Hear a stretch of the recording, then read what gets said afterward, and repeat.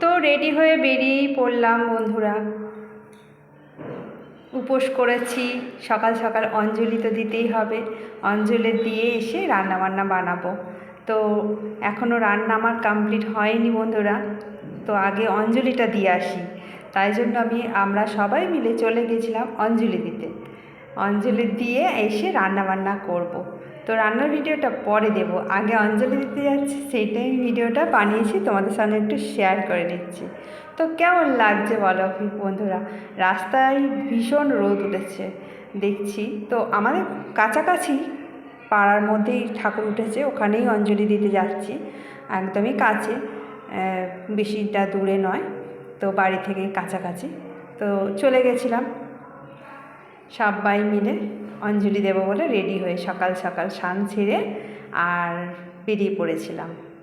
তো আমাদের পাড়ায় অনেক লোক এসেছে অঞ্জলি দেবে বলে। এই যে আমার মা আছে, আর এখানে প্রচুর লোক এসেছে, সবাই অঞ্জলি দেবে বলে রেডি হয়ে গেছে। ওই যে আমাদের মাকে দেখতেই পাচ্ছ, এইটা হচ্ছে আমাদের পাড়ার ঠাকুর, আমাদের পাড়ার প্রতিমা। কত সুন্দর লাগছে, আর অনেক ভিড় হয়ে গেছে, তাই প্রথম অঞ্জলিটা আমাদের দেব না, নেক্সটটাই দেব। তো টাটা।